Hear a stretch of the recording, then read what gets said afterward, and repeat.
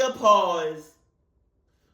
Pause of 2026. Yeah, that's exactly that's it. That's right there is the definition of cluck around and find out.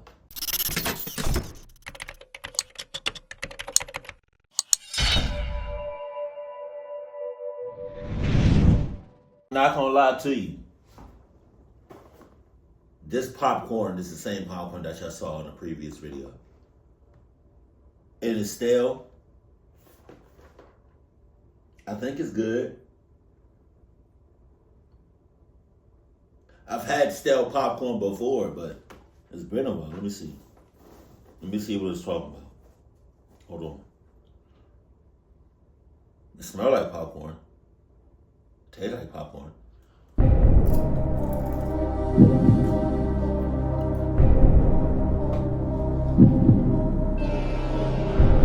Hold on. It's not like crunchy like fresh popcorn, but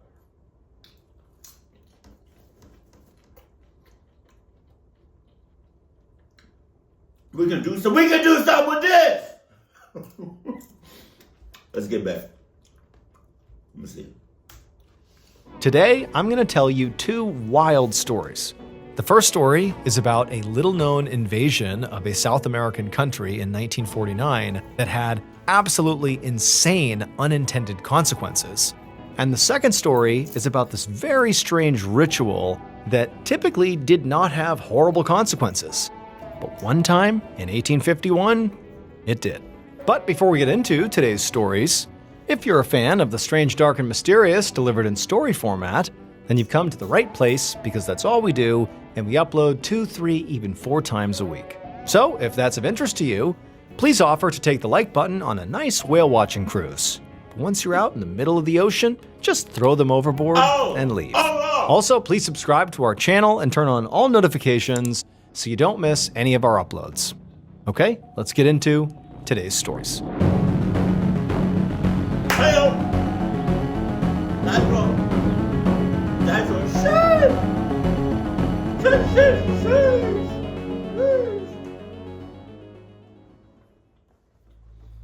On February 12th, 1949, a man in his 30s named Leonardo Paez paced around a radio station in a city called Quito, which is the capital city of Ecuador.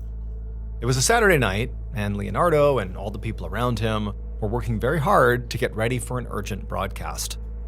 So Leonardo was the director of Radio Quito, which was a highly respected news station owned by a popular newspaper called El Comercio.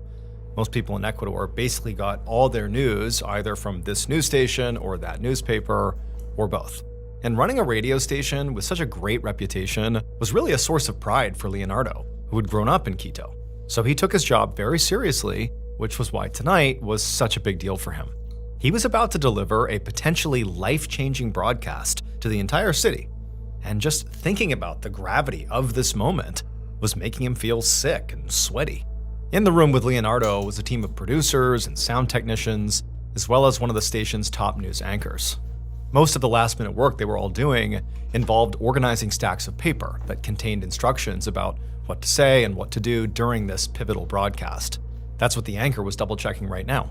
He was the one who had written the broadcast script, and he would be the one actually reading it on the air. Leonardo looked anxiously over at the clock on the wall. It was already a few minutes after 9 p.m., and they didn't have a lot of time left. But even though Leonardo desperately wanted to get this broadcast started as soon as possible, he knew he had to give his anchor the space and time to make sure they were 100% ready before they actually went on the air, because they really only had one chance to do this right. So instead of telling the anchor to come on, hurry it up, Leonardo instead bit his lip and just paced around the station, trying to distract himself by listening to the program that was currently being broadcast over the radio station's airwaves. It was a live musical performance from a duo of singers named Benitez and Valencia. These two combined were really famous, sort of like the Taylor Swift of 1940s Ecuador. And so when people in Quito knew these particular singers were performing on the radio, basically everybody stopped what they were doing and tuned in to listen. So in Quito in the 1940s, nobody had TV, and so radios were like the ultimate form of not just how to get your news, but also of entertainment. It's really where everybody turned. But radios were also very expensive and were sort of a luxury item, so not everybody had one. The people who did have radios would often bring theirs outside to the street so that other people could also hear the programs and the music. And Leonardo knew that. Yeah, and also, if I don't got no radio and something clucked up happens or cluckness is in the air or it's on the way, I'm beating everybody's ass. I gotta know what's going on before it's going on. What? That all of this meant that at this very moment, all across the city, most of Quito's 250,000 residents were gathered around a radio. And he needed to get his broadcast on the air while he still had everybody's attention. He turned and saw the anchor finally lean back in his chair, indicating he was ready, and so Leonardo knew it was time to go live. Leonardo turned and nodded to his technicians, who were all sitting at a table covered in broadcasting equipment, and one of them, after seeing Leonardo's cue, leaned forward to adjust several knobs and then hit a button on the control panel. And the instant he did this, the voices of the singing duo cut off, and a large red sign that said "On Air" lit up on the wall right above the table. Basically, they were going to cut off the performance to do this broadcast and catch everybody in Quito off guard. And then the anchor leaned into their microphone and, in a very urgent voice, said that they were interrupting this musical program because there was an alarming event happening that everybody in Quito had to hear about. Then he explained the reason for this broadcast. Ecuador was being invaded. About half a mile away from the radio station, 17-year-old Jose. I can't run with the popcorn in my lap. I'm out of there. I'm running. Clark, what you talking about? I'm out of there. I'm out of there. What are you talking about? What? Now put the popcorn back. And now I can watch from a safe distance. Y'all getting clocked up because I'm not staying in that city. I'm not going to lie to you. Stale popcorn is pretty damn fire. Like, I'm not gonna lie to you. I don't know how long it's been sitting out. But like, all right, I put it like in a plastic bag without no air or nothing that can, it wasn't just left out like this. I put it in a bag because I know I wasn't gonna, you know what I mean? I'm not gonna lie to you. Stale popcorn is pretty good. Antonio stood outside a restaurant with some of his friends. Jose and his friends and all the diners, plus a bunch of people out on the sidewalk, had been gathered around the restaurant owner's radio, listening to Benitez and Valencia sing, when suddenly the music had cut out and the anchor had come on to say that their country was under attack. And so as Jose and this group is sort of caught off guard and listening to this sudden announcement, the announcer got really emphatic and said, "Listen, the city of Latacunga has been destroyed." And at that, Jose's mouth fell open and he felt this jolt of fear in his chest. Latacunga was only about 60 miles south of Quito. So Jose, along with everybody else around him, instinctively leaned into the radio so they could hear more about what was happening and why. But when they... 60 miles is close as hell. Again, I'm out of there. Clark, what you talking about? all did that, the broadcast suddenly stopped just as abruptly as it had come on, and the music program came back on. What? But the street got really quiet as Jose and the crowd just kind of stood there, waiting for something to happen. I mean, really nobody knew how to react to this. A few people began looking up at the sky, thinking maybe warplanes might be flying overhead, and actually Jose began doing that too, wondering if, that's the next step. But there were no planes, and there were no signs of, anything that would indicate that war was happening nearby, or, whatever destroyed Latacunga was approaching Quito. All Jose could hear was the echo of other radios around the city, now back to playing this musical program. But as the seconds ticked by and the crowd gradually began talking again and kind of going back to normal, some people began making jokes and suggesting that this broadcast was literally a joke, that was meant to be a prank. Others just kind of brushed the whole thing off and just... Who the fuck pranks like that on live air? What are you talking? What? I'm not taking nothing as a joke. I'm out of there. Went about their evening as if it had never even happened. However, Jose did notice that some of the people at the tables outside the restaurant where he was were still just kind of staring at the radio and shifting around like they were restless or uncomfortable, like clearly that broadcast had struck a nerve. Jose also kept fidgeting around and trading worried looks with his friends and the other people around him because he wasn't so sure this was a joke. And the reason he wasn't sure was because a sudden invasion of their country had actually happened before. 7 years earlier, in 1941, when Jose was just a kid, the much larger country of Peru had invaded Ecuador after an argument over land along a shared border. Instead of settling the argument diplomatically, the Peruvian army stormed into the disputed territory in Ecuador and conquered it pretty easily. And the fighting had only lasted for maybe about a month before Ecuador accepted that they had lost and retreated, giving up the land. But even though the fighting back then had never actually reached Quito, it had been a terrifying experience for residents of Quito because it made them realize they were not able to defend themselves against a foreign invader. But just then, as Jose and the others are sitting outside the restaurant kind of grappling with what could be going on here, how real is this, is this a prank? Just then, the music that had come back on again on the radio cut out, and once again, the broadcaster's voice came on, and they said they had an update. The enemy had landed their aircraft right on the outskirts of Quito in a northern area called Cotocollao, which was only 8 miles from the center of Quito.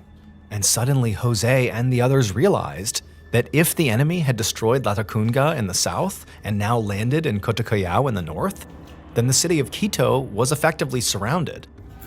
But before Jose could even process this thought, another man's voice came on the radio.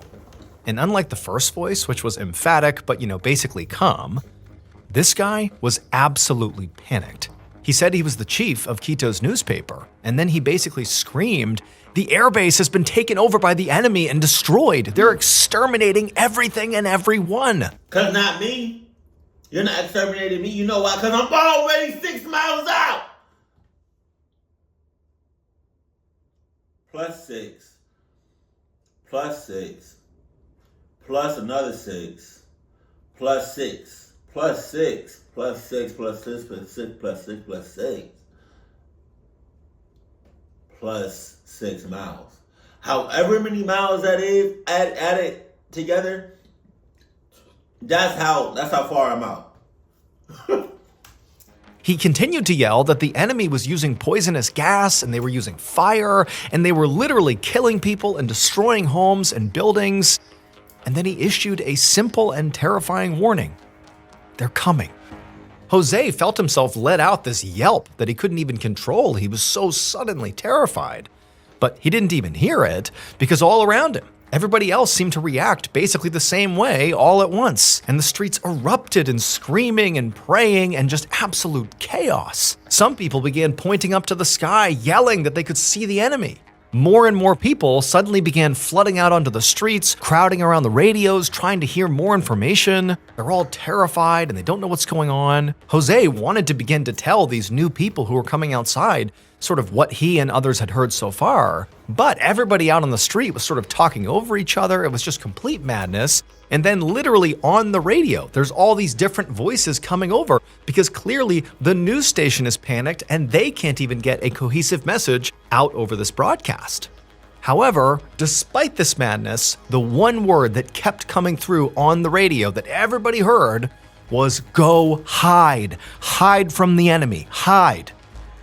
And Jose and some other people around him were thinking about doing just that when finally a new voice took over the broadcast. And this man was louder and more authoritative than the others, and it sort of immediately projected calm, not just clearly calm on the other end on the broadcast side, but it sort of quelled the crowd for a second. This person sounded like an authority figure, and this person introduced himself as the mayor of Quito. And he said that yes, there are cities around Quito that are currently under attack. But he said he had clear direction that he wanted everybody in Quito to follow. But despite this instruction really being the first kind of clear next steps for people to follow, it didn't make Jose feel any better about this, because the mayor told the people of Quito that the women and children, they had to flee, go hide, go away, go find somewhere safe. But the men had to stay and fight.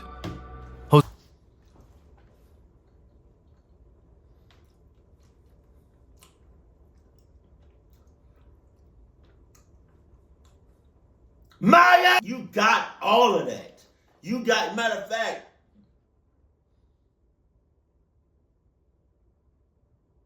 I'm already 400 miles west of Quito. Oh, that's what he said, right? Whatever 400 miles is west of Quito, that's where I'm at. If it's in the ocean, it's in the ocean.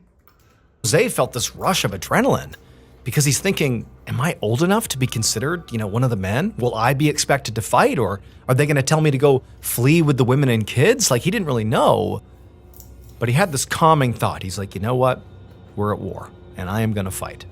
So he signaled to his friends, sort of saying, all right, let's go. Let's get ready here. And I wish a motherfucker would say, because essentially we're at war right now. America is at, I'm not fighting nobody. America is at war.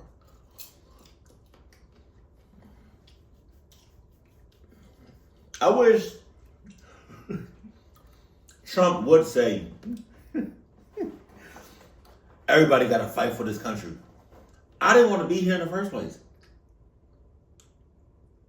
Can I go back to Africa? Like, oh yeah, oh. The group came together and they left the restaurant. And at that exact same second, a car came flying past on the street, narrowly missing Jose and his friends. And Jose saw it screech around the corner and out of sight before he heard this loud bang and the crunch of metal against stone. Immediately, some men ran after this car because clearly it had gotten into an accident and they need to go if they need help. But other people started running in the opposite direction. And so for Jose and his friends, it's like, what do we do? Do we go help with the car crash, or do we go, head to the front lines or something? At the same time, women were running by, clutching children, and Jose saw a pregnant woman stumble on past, grimacing as she held her stomach. Screams were echoing from all around him, along with the rapid pounding of boots on cobblestones as people basically ran in every direction. Jose was still trying to figure out which way he should go and what he and his friends should actually do here when he heard a news speaker's voice come on the radio, who announced himself as the Minister of Government, which was basically like the person who controls the security of the entire country of Ecuador. And the Minister of Government said to forget about what the mayor had told them about fighting the enemy, because Ecuador's weapons were literally not powerful enough. There was nothing that anyone in Ecuador could do. This is what the minister said. He basically said, we're going to lose. Just then, another new voice came on the radio. It was this very fast-talking man. To be honest, if I was in that time, period, in that place, right then, if I was one of them people going through that right now, or like back then, I would have been done I would have been done hearing voices over the radio. Like, how many times is somebody new gonna say something? Like, I was done after like the first or second, even the third new person. Like, stop talking. Just get the clock on. Who said he was actually reporting live on the ground in Quito. And he screamed out over the broadcast for everyone to run. And then his feed abruptly cut out. And then the original announcer came back on, and his voice shook as he said that reporter who had just said for everybody to run had just been killed. It was 9:21. I thought something happened to the video. Oh shit. You got me with that. Oh my God. Oh shit. 1 p.m. 21 minutes had elapsed since this broadcast first went over the air, announcing this invasion of Ecuador. And in that time, it was like the country had spiraled into absolute madness. Now, remember, at this point, Jose is gathered with his friends. He's sort of begun to leave the restaurant, but so many things have happened all around him that he and his friends are just kind of standing there near the restaurant, not really sure what to do. And as they're standing there, Jose noticed that all these people who previously had just remained seated or remained near radios, it was like everybody all at once just got up and began running in different directions, running to the churches, running to their homes. It was like the entire country truly was just in full-blown panic mode. Jose also began to notice families come running out of their homes, dragging suitcases and belongings with them, getting ready to, evacuate hopefully, but where could they even go? They're surrounded. And just then, Jose heard the sound of glass shattering, and he saw a few people over at the restaurant's bar taking liquor from the shelves and pouring themselves drinks before tossing the bottles on the floor. Jose looked and realized his friends had already left him, so he's just standing here all alone. And he knew by this point he can't just keep standing here thinking about what he's going to do. He needs to do something. He needs to act. But just then, the radio crackled back to life, and once again there was a voice calling out one final update. But it was so crazy all around him, Jose couldn't understand what this final update actually was. He just didn't hear it. However, Jose could clearly see other people around him had heard this final update, and they were obviously reacting to it because they stopped. Everybody stopped running around. They put down their suitcases, and everyone just kind of stood there. And then people began going for their guns and knives and torches. And then, once this huge, now armed crowd came together, they began to move as one, all in the direction of the city center. In the city center, in the Radio Quito station, Leonardo watched as the anchor delivered that final update, the one that Jose had not heard but others had and clearly reacted to. A minute later, Leonardo heard glass shattering somewhere one floor below him, along with a loud crackling sound. Then he smelled smoke, and he noticed the air in front of him inside the studio was getting hazy.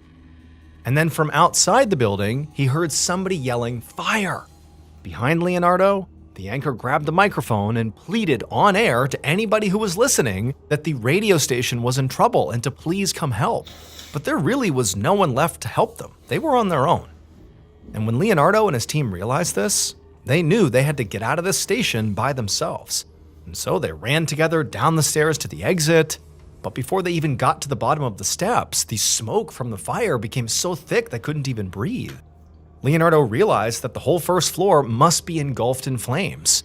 And so the only way out was actually to go up, not down. So Leonardo led the group back up the way they came, running back through the second floor office building, the studio space where they had recorded the broadcast, and headed up the stairs to the very top floor. And by the time Leonardo got to the top floor, he could hear screams coming from somewhere below him, and they sounded painful and horrible. He hoped his coworkers had been able to follow him up here, but by this point there was so much smoke in the building, he really couldn't see, so he didn't know who was here with him and who had been left behind. And also the roar of the fire was getting louder by the minute, and it was so hot that sweat poured from Leonardo's face and it stung his eyes. And so Leonardo instinctively ran away from the smoke towards the windows, and because they're on the top floor, 3 floors up, looking out, he had a good view of the ground below. And he saw these huge crowds of people on the street. Most of them were holding torches and seemed to be running around in random patterns while big military tanks rolled in behind them, along with this hazy mist from some kind of gas kind of flowing across the entire crowd.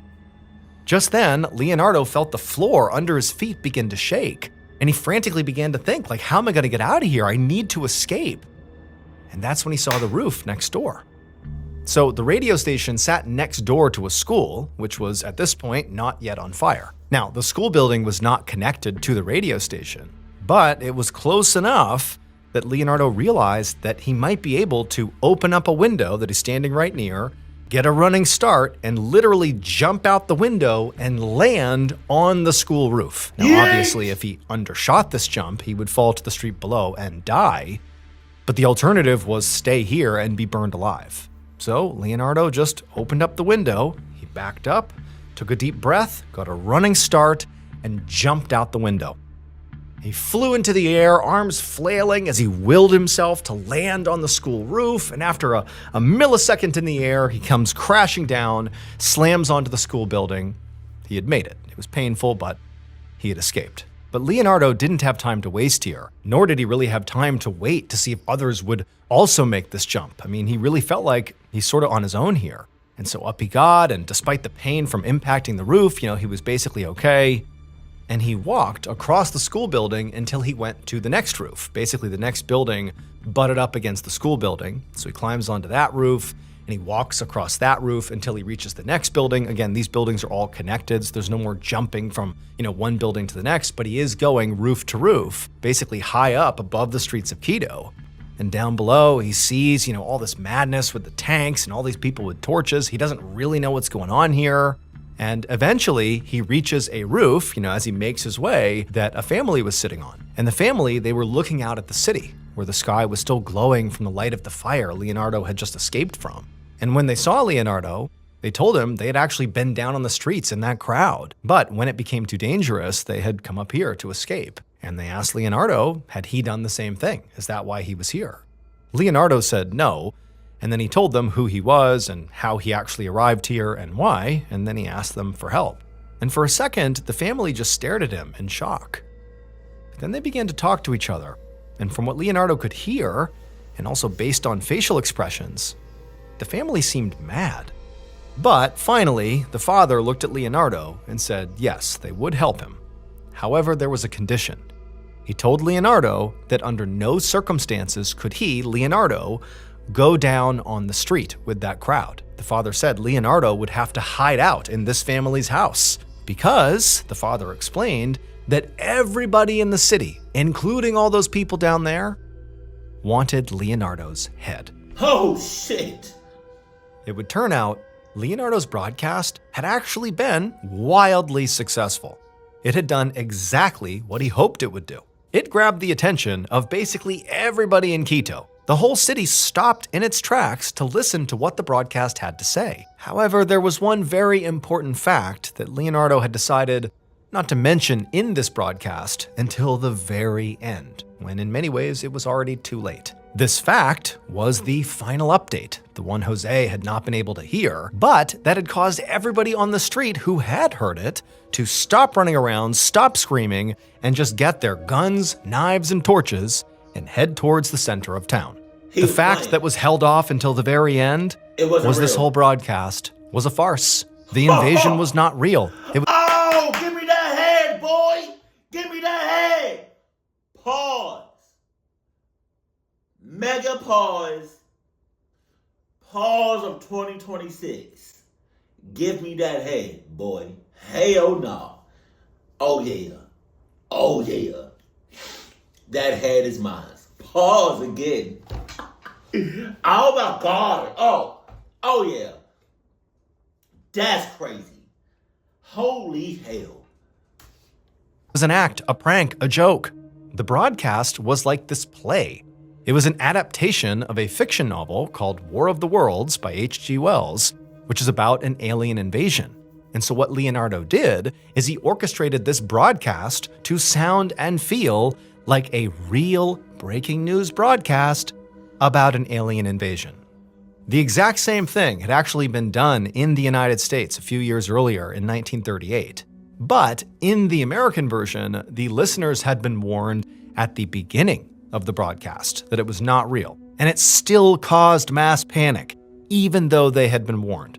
And so, during Leonardo's broadcast, when he finally revealed the truth at the very end, the listeners were not, soothed. They were not like, oh boy, what a great prank. They were furious. So furious, in fact, that they went to the radio station in the city center where Leonardo and his broadcast crew were, and they lit it on fire. And so between the radio station fire and also between all the people who took their own lives preemptively, believing aliens were going to be here any minute to kill them, torture them, abduct them, the death toll from this night, from this farce, was between 6 and 20 people. Damn. And a whole lot more people were also injured in the chaos. As for 17-year-old Jose Antonio, he would survive, and later in life, he would actually give a tell-all interview about his experience during the so-called alien invasion. As for Leonardo, he didn't face any criminal charges, no jail time, nothing. But this whole incident really destroyed his credibility, and it made people not trust him in Ecuador. So it was basically impossible to get work. And so eventually he had to move to Venezuela. And then as for Radio Quito, the at one point very influential, very important news broadcast, they wouldn't make another broadcast for 2 whole years after this incident. That body's still mine though. Like, I'm out for your head, boy. Like, what? I'm cutting that head off. On the evening of Sunday, January 26th, 1851, a 23-year-old man named Bailey's Staples hurried up the walkway of a home in Fall River, Massachusetts. It was so cold that Bailey's could see his breath, but despite the weather, he could not stop smiling. And that was because he was about to do something that he loved to do that made him a lot of money, and it was actually the third time that day that he was even doing it. I mean, this was awesome. Bailey's was a psychic medium, and he was about to perform a seance.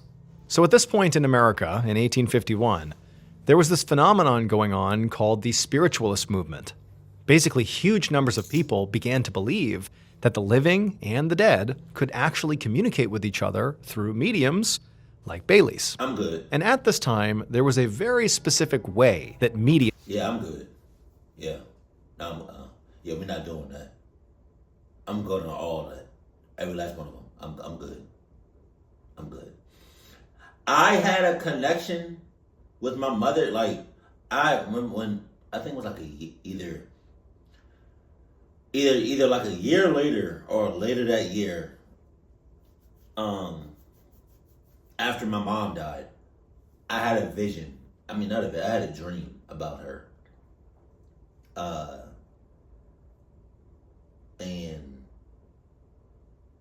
that's all I needed. I haven't had no other dreams, no visions, no premonitions, no sightings, no nothing. I just had one dream, and that was just a reassurance that she's okay. But yeah, we're not doing that. We good on that. You got it. Mediums like Bailey's conducted their seances. They would sit at a round table along with all their guests that were going to participate, and they would summon spirits. Wow. And what would happen is the participants in these seances could literally tell when it was that the spirit actually made contact with the medium. Wow. Because the round table they were all sitting at would shake or move. Sometimes the table would thump so violently that one of the legs of the table would break off. Wow. And a broken table at a seance was considered a huge success. So seances were a craze all over the country, and many people did genuinely believe. Yeah, it was crazed. Because crazy ass niggas are doing that stuff.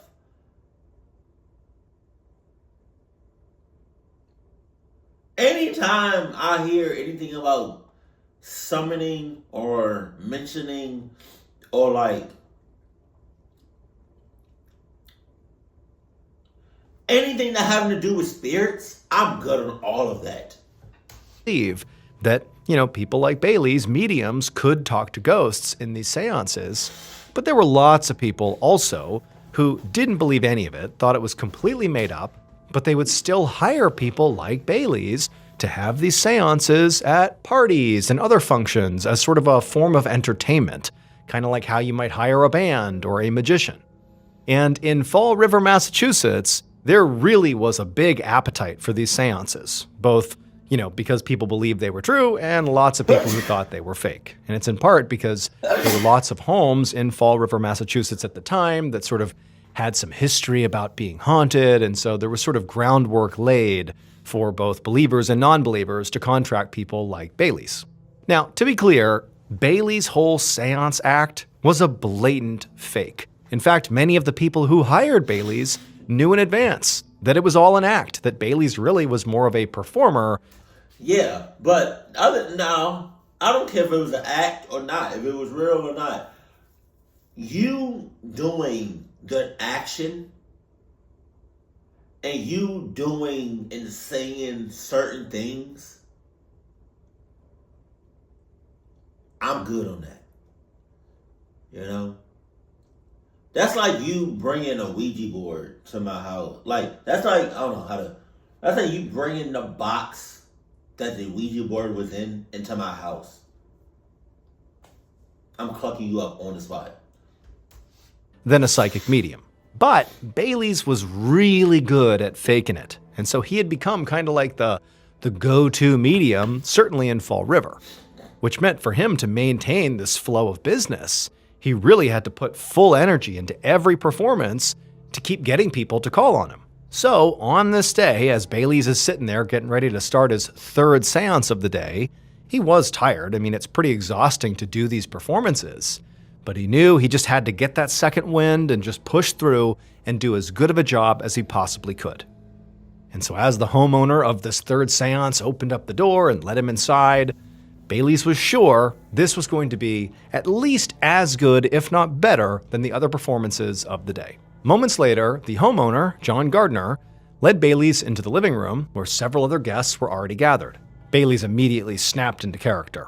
He swooshed his cape as he walked in, and he waved his hand around the room to command their attention. And when everyone turned to look at him, he said, "I have broken 2 tables today, and now I've come to break yours." No. The guests all cheered and clapped, and Bailey's could tell they were going to be a very enthusiastic audience, which always made these seances much more fun. So into the parlor they all went, and they all took a seat around this big circular table in the middle of the room. And then Bailey's dimmed the lights and walked around the table giving his instructions. He then told them to all hover their hands over the table with their palms down and their fingers spread, and that each of them would have to touch the hands of the person sitting next to them. He told them that once they were all touching, it would create a circuit that was more inviting to the spirits. Oh, yeah? And so once all of his guests got into position with their hands, Bailey's took his seat and did the same thing with his own hands, creating a full circuit all the way around the table. And at that point, everybody was ready. And so he nodded, and in a commanding voice, he said that now he was going to speak to the spirits. And if the spirits in the room felt like answering, they would move this table. The room got deadly quiet as everyone waited to see what Bailey's would do. But Bailey's just let the tension grow, because he knew that the longer he waited, the more anticipation would build. This was actually Bailey's favorite part of the performance, and he could feel his own heart begin to race. I mean, this really was exciting. But then finally, he broke the silence and called out to the spirits in the room and demanded that if there were a ghost here, to make itself known. And at this, everyone immediately began to look around excitedly, which created the quick distraction that Bailey's actually needed to perform his first trick. So mediums used a few different tools to help them fake communication from these ghosts, and one of those tools were these special hooks that they actually attached to their wrists, and they hid them under their sleeves. And then when they put their hands palm down, hovering over the table like they told everybody else to do, those hooks would actually go below the table and grip on, so the medium could, without looking like they're actually touching the table, literally lift the table up and rattle it around, again, without appearing to actually touch it. Now, it actually took a lot of strength to do this. I mean, imagine moving a huge table around just like with your arms kind of hovering over the table. But Bailey's was getting really good at it. And so as his guests were all looking around, looking out for ghosts, Bailey's masterfully hooked his hooks right under the table and began moving his wrists around, which caused the table to thump. And as soon as this happened, a woman on the other side of the table screamed, and the other guests began laughing. So, my whole thing is like, I don't know what it's called, but it's like, you're inviting the spirits, whether you're playing or not. Is it like you're making fun of it?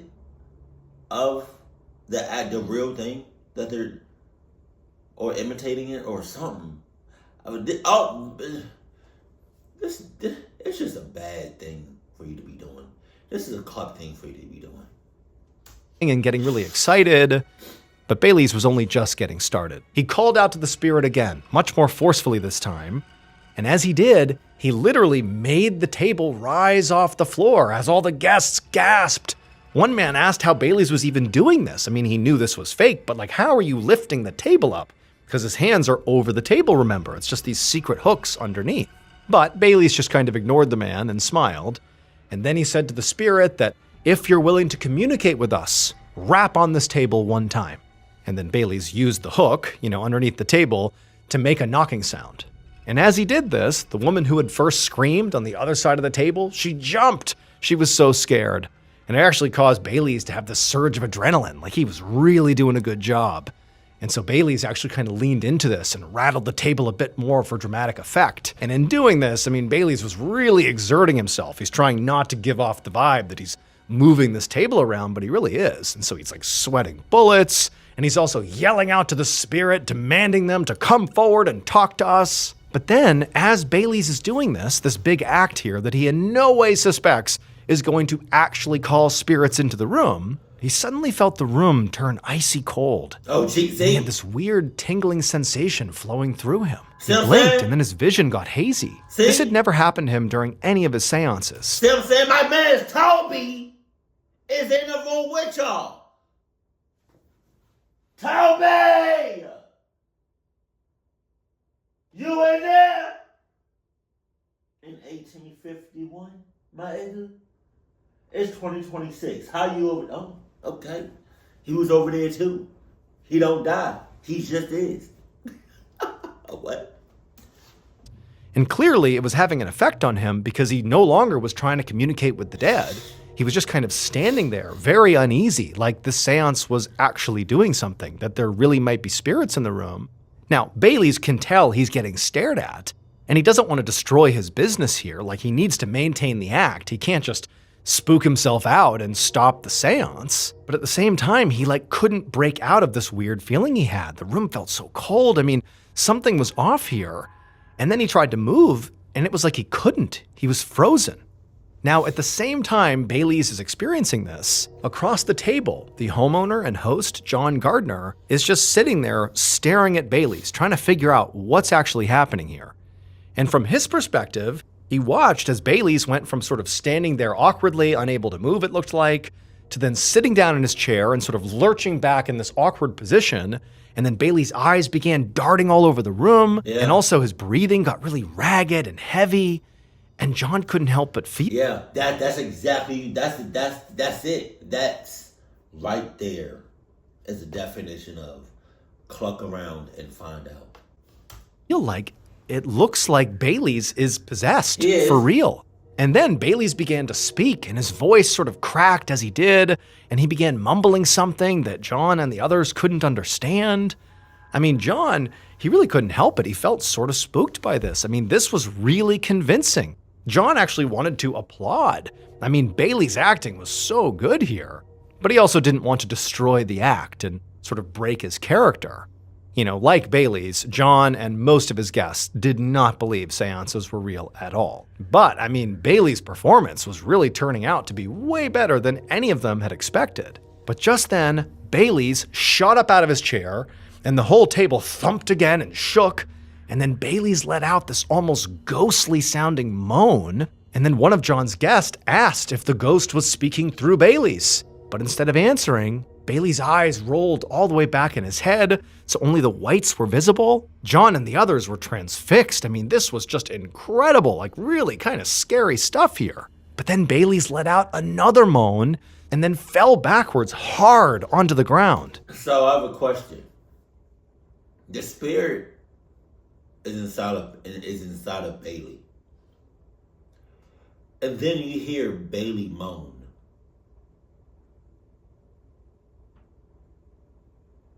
Does that mean the spirit is getting one off? Yeah. And for a second, there was just confused silence. Because if this is an act, I mean, that was a violent fall. This looks really legitimate. How is Bailey's able to do this over and over again? This seems real. And it was in that moment of realizing that something is off here that some of the guests began to scream and they began to run out of the room. A few minutes later, a local physician named Dr. Hopper ran into the parlor of John Gardner's home. He'd been summoned by one of the guests who had panicked and actually ran out and gotten him. But that guest had been rambling about a ghost and a possession, so Dr. Hopper really wasn't sure what kind of problem he was actually responding to. But now he could see there was a group of people dressed for a party gathered around what appeared to be a seance table, pointing to the floor, where there was this young man lying in a crumpled heap. Dr. Harper went to the young man and reached out and felt the man's neck, but there was no pulse. And so the doctor turned and looked at the group and said, "He's dead." And before the group could really even react, the doctor said, "Now hold on, someone needs to slowly and clearly explain what happened here." John Gardner stepped forward and now in a very shaking voice explained that this young man was a medium whose name was Bailey Staples, and he had been doing a seance, and he had demanded a ghost talk to the group. And then a moment later, he was thrashing around, apparently possessed by this ghost, and then he fell to the ground. dead. John said they had all thought this seance was a fake. I mean, when they hired Bailey's, they literally thought this was just going to be a performance, nothing real. But now, I mean, they didn't know what to think. This looked very real. Dr. Hopper shook his head, not really sure what to make of this explanation. He certainly did not believe in ghosts, but after a quick examination of Bailey's, he really couldn't see any obvious cause for the medium's death. So Dr. Hopper got to his feet and told the dinner guests that, whatever killed Bailey Staples was not a ghost, but he didn't know what it was yet. However, he would get to the bottom of it.